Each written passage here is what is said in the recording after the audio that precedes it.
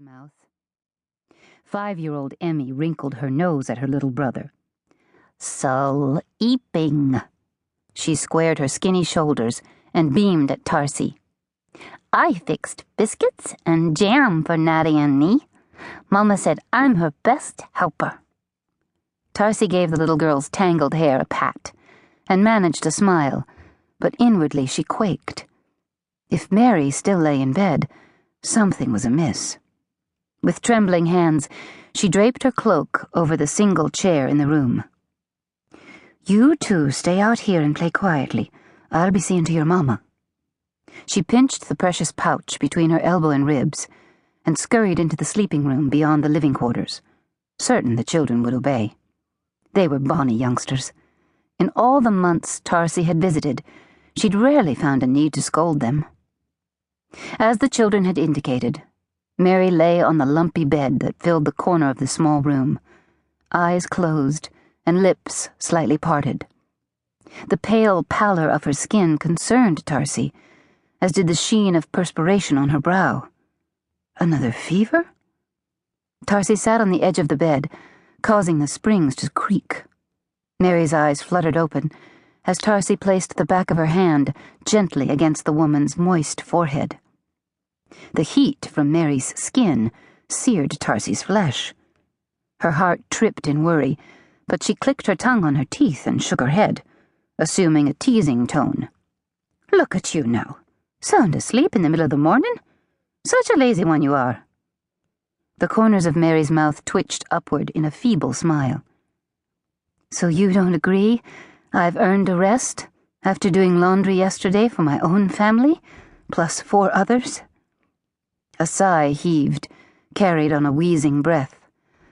"I have 2 more loads to do today, though, so I should rise." "And why are you still taking in laundry?" Tarsie scowled, all pretense at teasing forgotten. "Didn't I tell you the lye fumes and plunging your hands again and again into water isn't good for you? If you're wanting to get better for good, you cannot—" Mary struggled to prop herself up with her elbows. "I have to work, Tarsie. I've told you so." Her arms gave way, and she collapsed against the soiled pillows. "Well, you won't be doing any laundry today." Tarsie flopped her age-worn pouch open. Her most valuable possession, she always kept her great-aunt's medicinal pouch with her. She never knew when the cures inside might offer comfort and healing to some poor soul.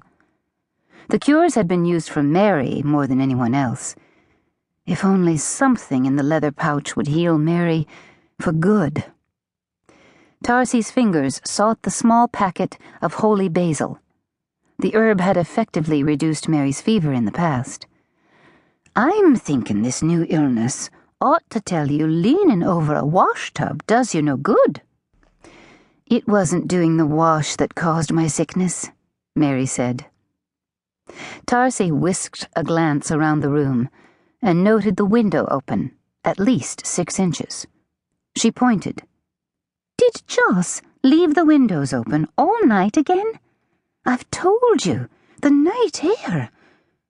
Tarsie shook her head, too frustrated to continue.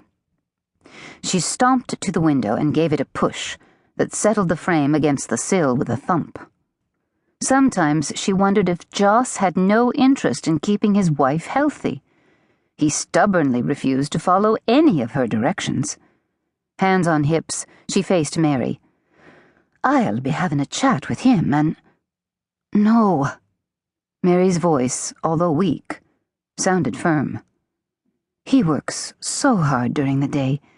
He needs his rest, and he sleeps better with a little cool air in his face."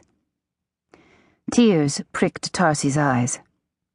Mary was the most giving, unselfish person she'd ever known. Why couldn't Joss pander to Mary the way she pandered to him? She moved to the bed and seated herself again. "But what of you? Is your sleep not important?"